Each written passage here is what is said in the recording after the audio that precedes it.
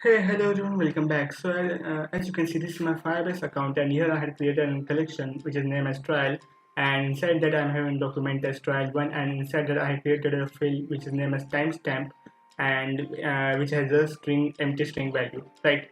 And this Firebase account has been connected to my this application which is installed in my mobile phone. And if I install this application from here, from my mobile phone, and if I go back to my Firebase account and if I refresh my Firestore database, as you can see, my trial one timestamp document timestamp value has been changed with the current date, today's date, and to current time, that is 12:27 a.m. According to Indian timestamp. What is happening is whenever I install my application from any of the mobile phone, I wrote a script which runs and which triggers my cloud functions, and it updates the current timestamp from here, right? So instead of this, you can do whatever you want to do. I mean, whenever the user installs the application from his or her phone, you can take its user ID and update or do whatever changes in your database in your application as per your wish. We'll do this by using the cloud functions, Firebase cloud functions. So without wasting much time, let's start our tutorial.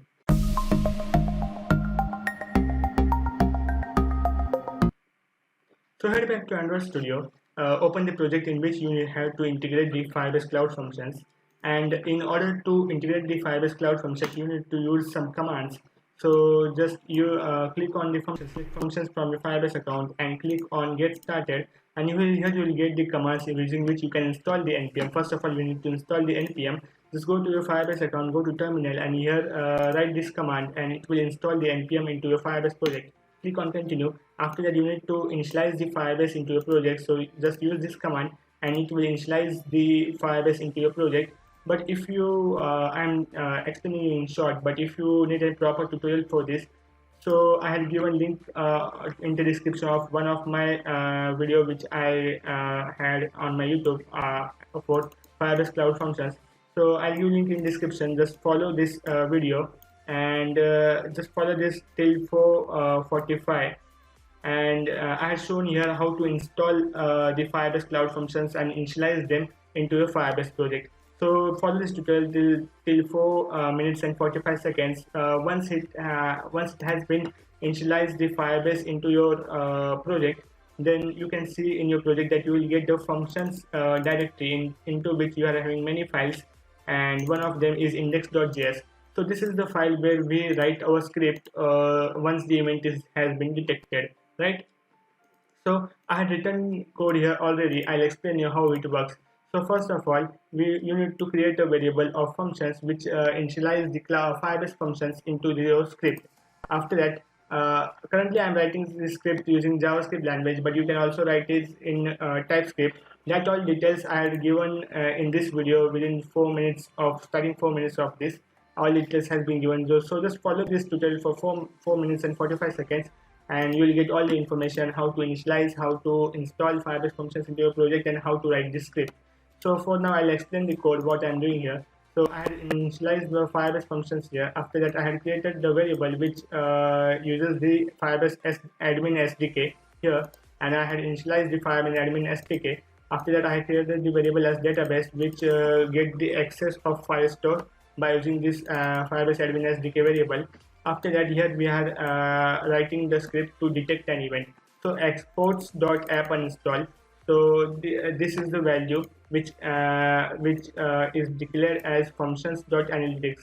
So what's happening is whenever we uninstall application from our phone, or user installs our application from their phone, the event is detected by the Play Store, and this will only work if your application is available on Play Store. So once the event has been detected by the Play Store, it triggers our analytics of our Firebase account. So as you can see, there we are having analytics. You can see analytics dashboard, and we are having here conversation as well as events and conversations events. So just come to your Firebase account, and you need to enable these conversations. So to detect app uninstallation, we are using the event which is named as app remove. So enable it from here and go to events. and enable the event of app remove from here as well. Once the app remove event has been enabled from both sides it has been enabled, then you are ready to go for this. So what Play Store does is whenever app is installed from any of the phone, the Play Store triggers the events of analytics of your Firebase account with the name event as app remove, and on log event here we have got the event variable using which you can do whatever changes into your Firebase.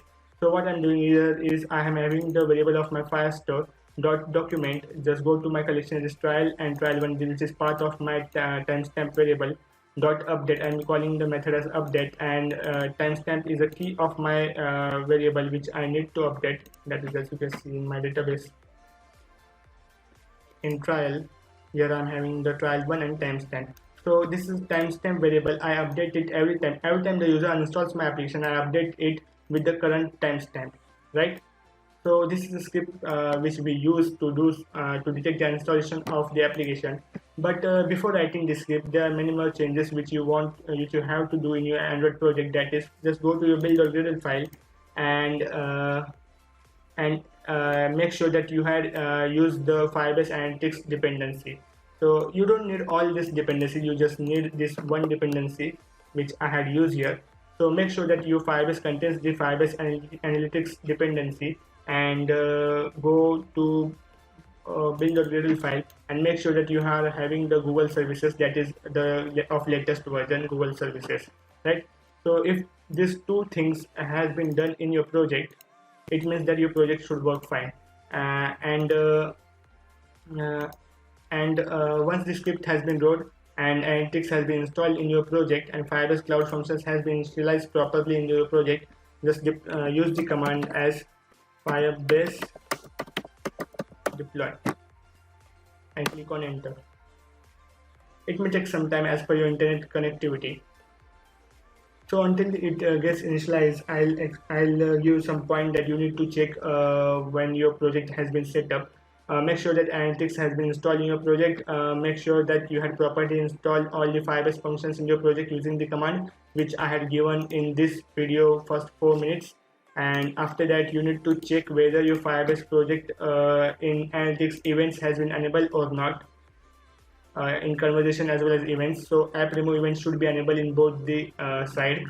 And once this all has been done, make sure that your project has a Blaze plan instead of Spark plan.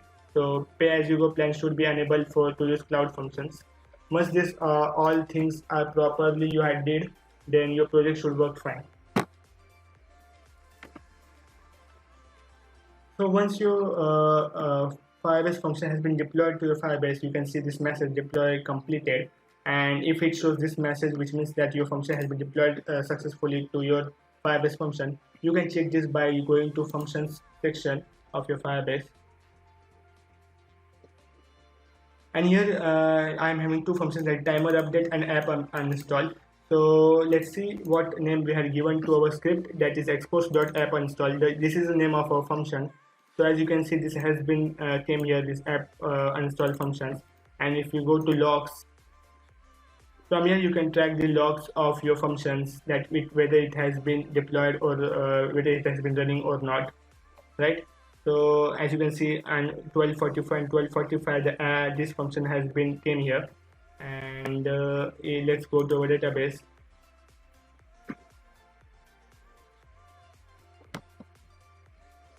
And let's change this trial1 value to empty string. That is updated, right? And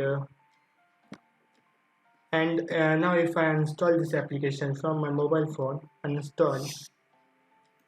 Now once the app has been uninstalled, the value of timestamp from my database should be updated, and in logs it should return this string that uninstalled because app removement has been fired, right? So let's check both these things.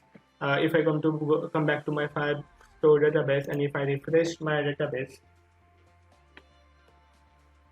as you can see, I got timestamp, that is current timestamp 1247. As you can see here, I'm having 1247. And if I go to functions, and if I go to logs, then I should see this log statement which I written here. As you can see, on 12:45 we deployed our function here, and on 12:47 function executed started. On 12:47 we uninstall our application. That's the reason the function execution has been started. After that we got this log that uninstalled because app remote has been fired, right? This we got the log statement. So in this way you can detect the app uninstallation from any of the user phone, right? So hope you like this tutorial and thanks for watching.